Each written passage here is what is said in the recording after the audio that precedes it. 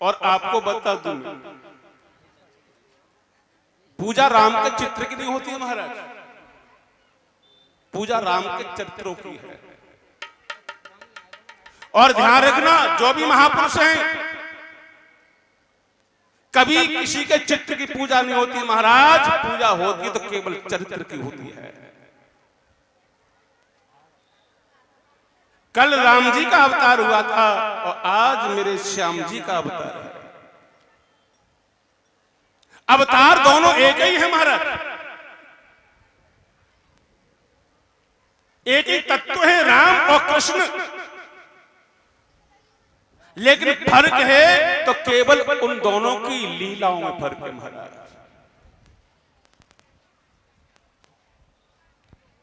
राम और श्याम की लीलाओं में भेद है, फर्क है। क्यों? क्योंकि राम जी ने जो लीला की है परीक्षित महाराज, उन्होंने नर लीला की है, जवानी की लीला है। और मेरे कन्हैया ने जो लीलाएं की हैं वो बाल लीला है। राम धर्म अवतार है और कृष्ण प्रेम अवतार है। राम मर्यादा पुरुषोत्तम है तो कृष्ण पुष्ट पुरुषोत्तम है।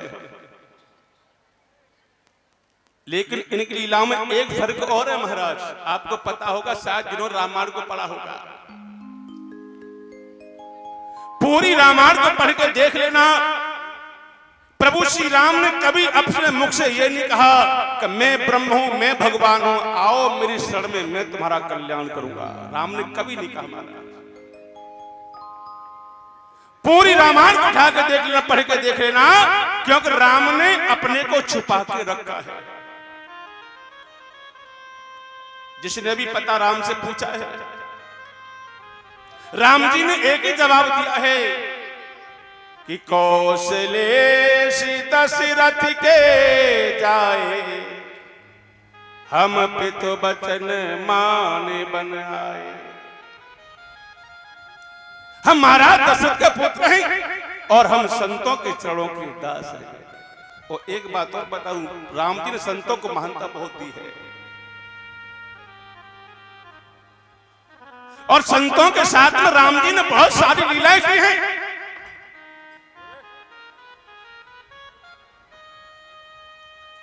भगवान राम ने जितनी लीला की है संतों के साथ में,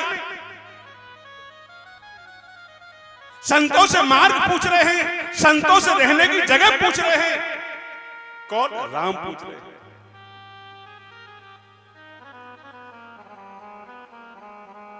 और मेरे कन्हैया ने परीक्षित महाराज एक बार नहीं लाखों बार कहा कि मैं ब्रह्म हूं, आओ मेरी शरण में, मैं तुम्हारा कल्याण करूंगा। क्योंकि राम जो है परिपूर्ण अवतार है और कृष्ण जो है वो पूर्ण अवतार है। राम 12 कला से थे और मेरे गोविंद भी 16 कला से थे।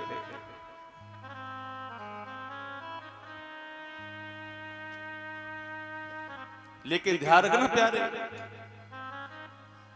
अगर कन्हैया को पाना है, भगवान को पाना है, श्याम सुंदर को पाना है, उनसे मिलना चाहते हो तो उनसे प्रेम करना सीख लो। कृष्ण केवल प्रेम के वशीभूत है। अरे वो अनपढ़ गमार गोपियां, उन्होंने क्या किया था? केवल प्रभु से प्रेम किया था। और दुनिया वालों ध्यान रखना, तुम्हारा प्रेम भगवान से जब होगा जब तुम्हारा प्रेम इन दुनिया वालों से हो जाएगा। जब तक दुनिया वालों से तुम्हारा प्रेम नहीं होगा परीक्षित महाराज, तब तक भगवान से प्रेम किसी का हो नहीं सकता। राम ही केवल प्रेम प्यारा, जान ले सो जाननहारा। राम को भी प्रेम प्यारा है और मेरे कन्हैया को भी प्रेम प्यारा है। तो आज भगवान का जन्म महोत्सव है। ठाकुर जी ने अवतार क्यों लिया? धरती का अधर्म का नाश करने के लिए और धर्म की स्थापना के लिए। श्री सुखदेव स्वामी कहते हैं, राजा परीक्षित, अर्थात सुअतम राजन वंश सो वंश पावना। हे राजा परीक्षित, अब मैं तुझे चंद्रवंश कथा सुना रहा हूं, अब मैं तुम्हें यदुवंश कथा सुना रहा हूं, जिस वंश में तुम्हारे परिवार का जन्म हुआ और उस वंश में याज्ञवेद सरकार भारत के भूषण कर्मवीर कन्हैया का अवतार हुआ। किस वंश में हुआ? यदुवंश में। और ये सभी वंशों में यदुवंश श्रेष्ठ है, क्योंकि इसके आगे लिखा यदुवंश शिरोमणि। सूर्यवंश के आगे शिरोमणि नहीं लिखा महाराज, चंद्रवंश के आगे शिरोमणि लिखा है, यदुवंश शिरोमणि। ये बहुत ही पावन पुनीत वंश है। और लिखा है भागवत में, श्री सुखदेव स्वामी कहते राजा परीक्षित, जो भी इन यादवों की कथा को सुनता है ना, उनके जीवन के पाप समाप्त हो जाते हैं, क्योंकि यदुवंश बहुत ही पुनीत और पावन वंश है। आज श्री सुखदेव से राजा परीक्षित कहते हैं, गुरुदेव अब ये कथा मुझे थोड़ा विस्तार से समझाइए। श्री सुखदेव जी ने कहा, राजा परीक्षित अब अपने कान खोल करके और नेत्र बंद करके बैठा आराम से।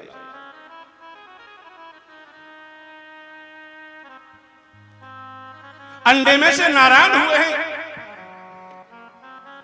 और नारायण से ब्रह्मा जी हुए महाराज,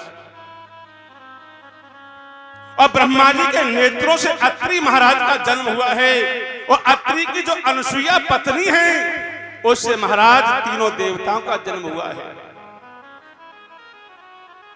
और माता बहनाओं, अगर तुम्हें अपना धर्म समझना है, अपने आप को समझना है, तो अनुसुईया का चरित्र अवश्य पढ़ लेना, क्योंकि अनुसुईया नारियों में श्रेष्ठ थी। अनुसुईया ने सीता मैया को ज्ञान उपदेश दिया था। सीता मैया को ऐसे वस्त्र दिए थे अनुसुईया ने कि जीवन में कभी वो मैले नहीं होते थे, गंदे नहीं होते थे महाराज। ये वो अनुसुईया है, बहुत ही बड़ी पतिव्रता है महाराज। और अनुसुईया ने कभी भक्ति नहीं की महाराज। क्या किया है? कारे समंती कर ले खोदासी, भोजने समाता सरले सुरंभा, धर्मान कूलम धर्मान धानम, धर्मान नित्यम पतिव्रता लक्षणम। जिन माता बहनों में ये 6 गुण होते हैं, वो सबसे बड़ी श्रेष्ठ पतिव्रता होती है, धर्मपरायण होती है। कार्य संबंधी, अगर तुम्हारा पति कोई कार्य कर रहा है तो हर पत्नी को पति को मंत्री की तरह सलाह देनी चाहिए। कर ले खोदासी, दासी की तरह हर नारी को घर में काम करना चाहिए। भोजनेश माता, अगर पति को भूख लगी है, प्यास लगी है, तो हर पत्नी को अपने हाथ से पति को भोजन पालन कराना चाहिए। शर्लेश ब्रह्मा, जो संसार के सारे सुख पत्नी अपने पति को देती है, वो सर्वश्रेष्ठ कहलाती है।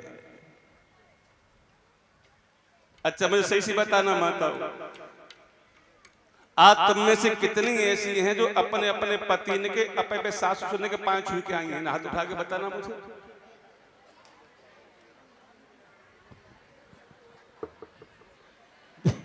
खाता हूं न करो महाराज जी, खाता हूं।